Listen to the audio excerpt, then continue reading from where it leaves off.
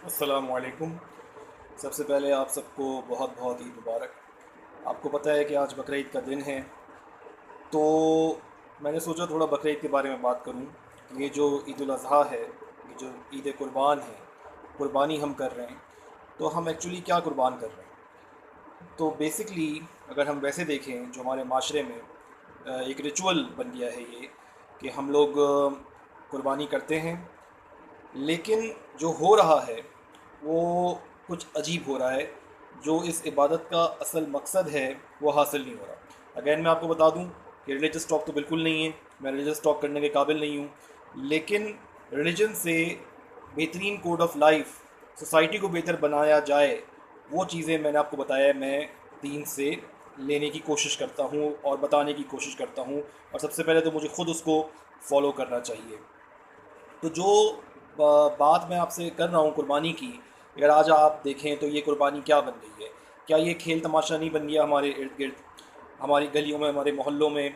ये एक खेल तमाशा ही बन गया है, जहाँ पर मीडिया को अगर आप देखें, तो मैं जब से न्यूज़ फॉलो कर रहा हूँ बचपन से अपने, तो मैंने तो कभी भी इस तरीके की न्यूज़ बकरीद पे नहीं देखी थी, कि जो एक खेल तमाशा मीडिया बनाया हुआ है बकरीद का। आप देख लें, न्यूज़ देख लें, प्रोग्राम्स देख लें बकरे के ऊपर, वो ये बकरा जहाँ तक मेरी नॉलेज है शायरुल्लाह में आता है।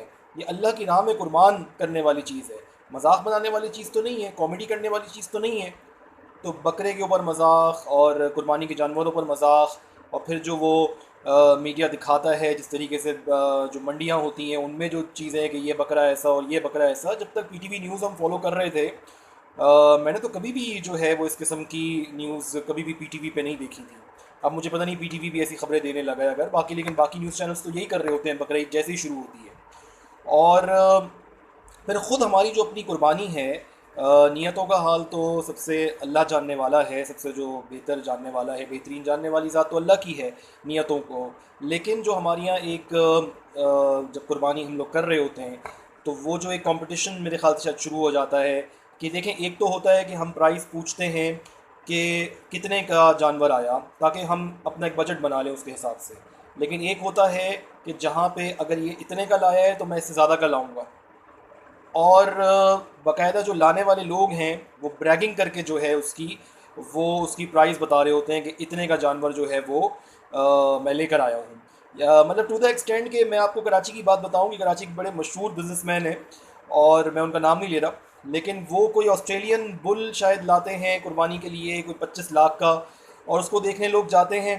और बाकायदा उन्होंने, तो जहाँ तक मुझे याद पड़ रहा है, और अगर मैं गलत बात नहीं कर रहा हूँ क्योंकि मैंने खुद नहीं देखा, लेकिन जो मैंने सुना था कि उन्होंने उस बुल को जो देखने आते थे, कुर्बानी की बैल जो देखने आते थे, उस पर टिकट भी लगा दिया कि टिकट लो और जाओ अंदर, और वहाँ पे पॉपकॉर्न वाले और वो सब खड़े हो जाते हैं। तो ये खेल तमाशा बन गया है हमारा। देखिए, मैंने आपको पहले बताया है कि मेरा अपना एक मसलक तो है जिसको मैं फॉलो करता हूँ, लेकिन मैं किसी मसलक में नहीं पढ़ता। मैं सारे उलमाए, जो उलमा हैं, उलमाए हक हैं, उनकी बात सुनता हूँ। तो एक शिया आलिम दीन है मौलाना हसन ज़फ़र नकवी साहब, आप उनका क्लिप ढूंढ लें, आपको नेट पे मिल जाएगा, कि अगर किसी इबादत की रूह ख़त्म करनी है तो उसको खेल तमाशा बना दो। आप देखें, इस्लाम से पहले भी हज हो रहा था, लेकिन वो हज क्या था? वो एक खेल तमाशा था, वहाँ मेला लगता था। तो वो हज तो नहीं था, उसकी रूह ख़त्म कर दी गई थी, उसको एक फेस्टिवल बना दिया गया था। तो हमारे अब चाहे रमज़ान हो, पहले रमज़ान बचे हुए थे इस चीज़ से, लेकिन अब तो हमारे रमज़ान भी जो है वो खेल तमाशा बन गए हैं।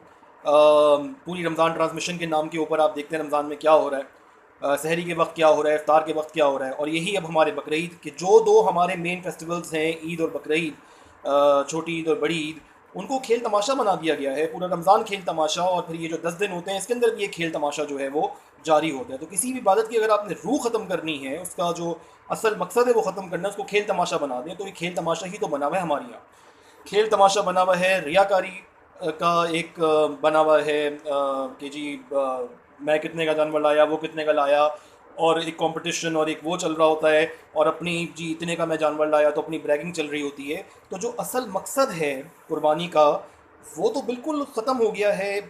और वही वाली बात है, मैं आपसे यही पूछता हूँ ईद कुर्बान पर, कि मैंने और आपने, सबसे पहले तो मैंने क्या कुर्बान किया? आपने क्या कुर्बान किया? बकरीद पर जानवर कुर्बान किया, ठीक है, हमने माली कुर्बानी दी, जानवर के ऊपर अगर वक्त सर्फ किया, ये समझ कर के ये कुर्बानी का जानवर है, इसका ख्याल रखा और फिर कुर्बान किया उसको, तो डेफिनेटली उसका सवाब है, उसको तो कोई डिनाई नहीं कर सकता। लेकिन असल हमने क्या चीज़ कुर्बान करी, वो जानवर जो कुर्बान हो रहा है उसमें मैं किन किन चीज़ों को कुर्बान कर रहा हूँ। पैसा अगर कुर्बान, जिसने हम लोगों ने अगर पैसा माली कुर्बानी करी और फिर उसके बाद जो हमने उसकी केयर की, वो जो भी किया हमने, लेकिन जो असल कुर्बानी थी वो क्या कुर्बान किया मैंने। देखिए हज़रत इब्राहीम ने, हमने इसको रिचुअल समझा ना, इस रिचुअल के पीछे मकसद क्या है कि हज़रत इब्राहीम ने अपनी कौन सी चीज़ कुर्बान की थी। उन्होंने अपनी सबसे अज़ीज़ चीज़ को कुर्बान किया था।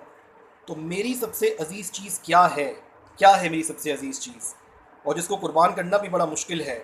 तो मैंने जब थोड़ा सा इस बारे में सोचा, तो मेरे हिसाब से जो सबसे अज़ीज़ चीज़ है हमारी, वो हमारा अपना नफ्स है, वो हम खुद हैं। और इस्लामी इबादत जितनी भी आप देखें तो ये नफ्स को मारने के लिए तो जो है, इसी को तो ख़त्म करने के लिए करी गई हैं। सजदा आप देखें, सजदे में हम खुदा के सामने बिल्कुल ऐसे झुक जाते हैं, बिल्कुल ख़त्म, जिसके बस हम गर्क हो गए मिट्टी के अंदर। ये सब हमारा नफ्स ही तो ख़त्म कर रहा है। असल में तो नफ्स कुर्बान करना है। और क्या नफ्स मैं और आप अपना कुर्बान कर रहे हैं? जब थोड़ा सा मैंने इस बारे में सोचा तो यकीन करें, ईगो, नफ्स जिसको हम कहते हैं, अपने आप को, हम सबसे महबूब चीज़ तो हमारा अपना नफ्स है ना, हमारा ईगो है, हमारी अना है। तो जब मैंने थोड़ा सा सोचा तो मैं तो शायद अभी भी कुछ चीज़ें कुर्बान करने को तैयार नहीं हूँ।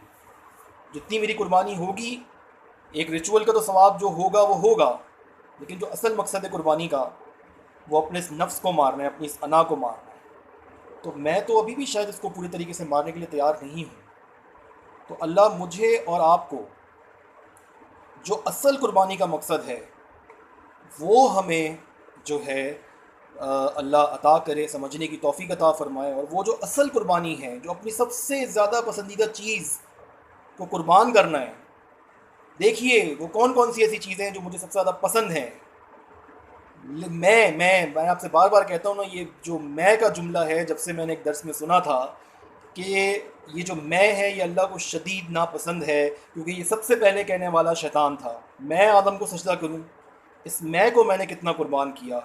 तो कुर्बानी के दिन, इन 3 दिनों में हम ये सोचें कि हमने अपनी सबसे महबूब चीज़, जो मेरे हिसाब से अपना नफ्स है, अपनी अना है, अपना ईगो है, इसको कितना कुर्बान किया। हर एक का अलग अलग हो सकता है, लेकिन मेरे हिसाब से जब मैंने थोड़ा सा सोचा कि सबसे सबसे ज़्यादा अजीज़ चीज़ क्या है, तो वो इंसान का अपना नफ्स होता है, इंसान की अपनी अना होती है, कितना हमने उसको कुर्बान किया। तो ये थोड़ा सा मैंने सोचा कि मैं बकरीद पर थोड़ा सा मैसेज शेयर करूँ आपके साथ, क्योंकि मैं आपको बता रहा हूँ कि मैं कोई ऐसा बड़ा फॉलोवर, तो मैंने आपको बार बार कहा है कि मैं भी नहीं हूँ, मुझे भी अमल की ज़रूरत है। बस एक सोच होती है, एक ख्याल आता है, तो मैं आपके साथ शेयर कर देता हूँ। तो मुझे भी सबसे पहले इस पर ख़ुद अमल करना चाहिए, और अल्लाह हम सबको जो है, जो असल मकसद है कुर्बानी का, वो समझने की तौफीक अता फ़रमाए इस ईद कुर्बान पर। और इन 3 दिनों के बाद, इस कुर्बानी के बाद, हमारे अंदर अगर एक चेंज आए, हमारी अपनी अना परस्ती कम हो, जो भी हमें महबूब चीज़ है, अगर हमने वो उस जानवर की सिम्बलाइज़ करके उसको कुर्बान कर दिया, तो ये असल मकसद हासिल हुआ। वरना वो सवाब तो अपनी जगह पर हक है, लेकिन जो मकसद है वो शायद हासिल नहीं हुआ।